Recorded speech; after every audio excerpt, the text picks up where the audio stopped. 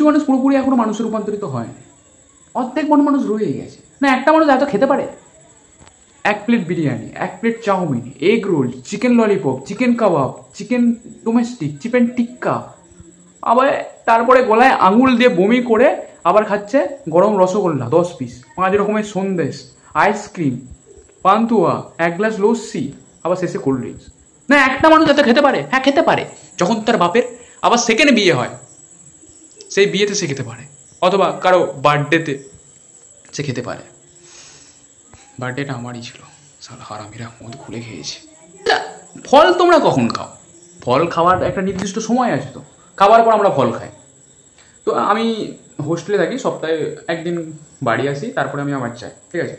তো সেদিন রাতে বাড়ি থেকে যাচ্ছি হোস্টেলে, রাতে আমি অতটা ব্যাগেতে কী ছিল আমি দেখিনি। তো সকালবেলা ব্যাগটা খুলে আমি গোছগাছ করছি, তো ব্যাগ থেকে আপেলের একটা চিক বার করি, 2 কিলোর মতো আপেল ছিল। আমার রুমে থাকে দুজন, একটা মুখে, দুটো হাতে, পায়ে, পকেটে লুকিয়ে দিয়েছে।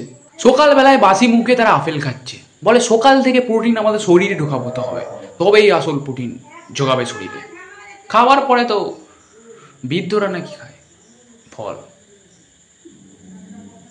তোর প্রোটিন তোর গাঁড়ে ভরে দেবো। তো এরপর আমি কয়েকদিন পর আমি হোস্টেল থেকে বাড়ি আসি। বাড়ি আসতে না আসতে এক বৃদ্ধ মহিলা এসে বলে যে, এ বাবু মুদের একটু বাজার করে নিয়ে আসবি। দেখো গাঁর ভাড়াতে আমি অত্যাধিক লেভেলের ভালো ছেলে, আমি বললাম পারবো না, হিসিস হুসুস। তো বৃদ্ধ মহিলাটা ব্যাগের থলিটা নিয়ে আমার মুখে ছুঁড়ে মারলো, দেখ গিলতে হলে তুই বাজার করে নিয়ে আসবি বটে, না হলে গিলা গিলা হইবে না। দেখো পাপি পেট কাঁসা वाले ब्रो, जाना तो पड़ेगा ना।